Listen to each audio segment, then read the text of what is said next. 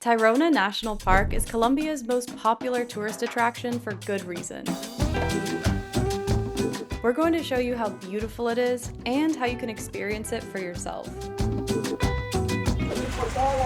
Tayrona bus comes every 15 to 20 minutes. This long.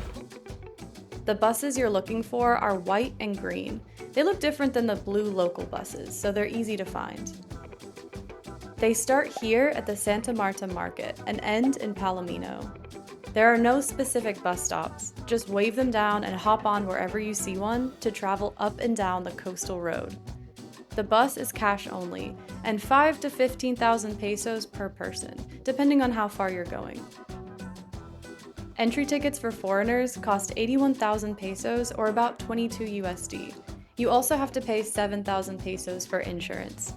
Bring cash if you're entering through Calabazo, but at the main entrance you can pay with a credit card. Today, we're only going to see a really small part of Tayrona Park. This is massive. This goes almost all the way to Santa Marta, or here. And we're going to go up the main path, and we're staying around here. And then tomorrow we'll probably just come back this way. Yeah. The other way you can see Tayrona Park, if you're more of a hiker, get off the bus here.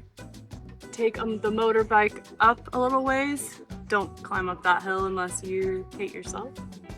And then you hike either to Playa Brava or take a right to El Cabo. You can do it in one day. Both of us have done it in one day. But I'd highly recommend spending a night either here or here. And then you get to experience the park with very few people and you don't have to rush.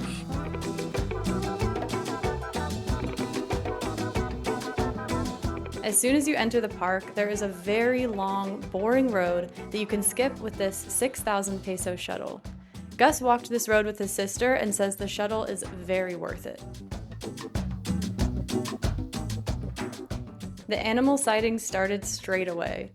Well, we didn't do a good job of catching him on camera, but there was a baby anteater up there. Okay, how long do you think we've been at it? I think it's been like 30 minutes. 30 minutes. I'm drenched in sweat. It is extremely humid. We just heard the ocean. And I don't know. I don't think we're close. I think we still have like an hour, but we'll get the ocean breeze soon.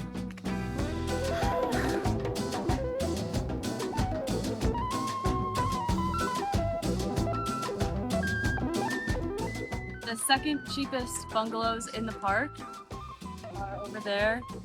They're about $100. Wait, were they more than 100? Oh yeah. Oh, okay, 160. maybe 160 USD per night. But they look kind of nice, and they're like decently into the park. They've Like an got their own hour. private beach. This was where I wanted to stay, but you'll see where we're actually going to stay.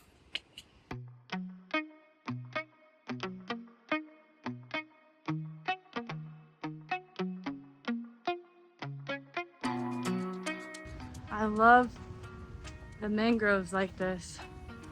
We're like basically on the beach now. Now I think the whole way is flat, but there's definitely quite a bit of up and down to get to this point. It's not a super hard trail, but it's not easy.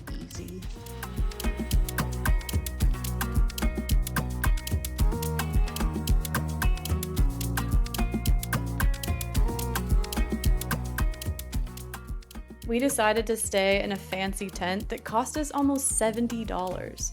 Our tent is here. This is the best beach, and this is the second best beach. Most tents can't be booked ahead of time, so I was worried there wouldn't be any available. I was wrong to be worried. There were so many tents available everywhere. Tourism has been down on the Colombian coast, which means it's a great time to visit. All right, Hannah, give us a little house tour.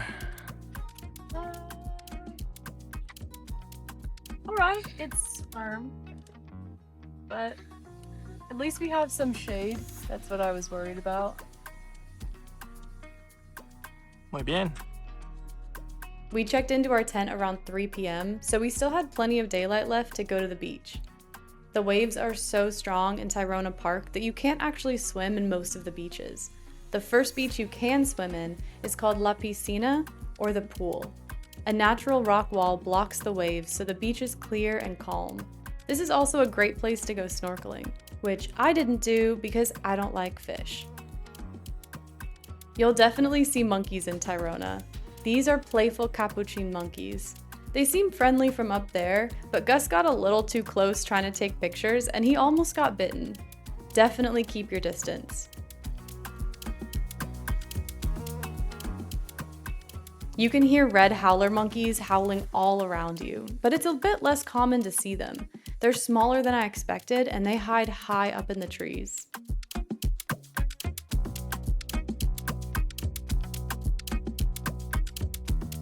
So we finally made it to Cabo San Juan. It's 5 p.m. and as you can see, there's barely anyone here. There's like a handful of people that are still at the beach. And this is only possible because we're staying here tonight. Gus visited Tayrona with his sister Sarah and it was decently busy. This is what Cabo San Juan looks like on a normal day. Lots of people take a boat straight to this beach from Santa Marta for the day. That's a great option if you have kids or mobility issues and still want to see the most beautiful beach in Colombia. There are so many tents to stay in right on this beach.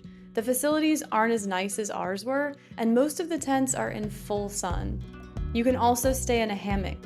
It doesn't look as comfy to me, but I bet the ocean breeze is really nice.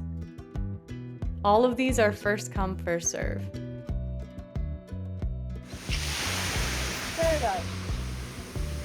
So beautiful. Look at that, man. Oh my God. The next morning.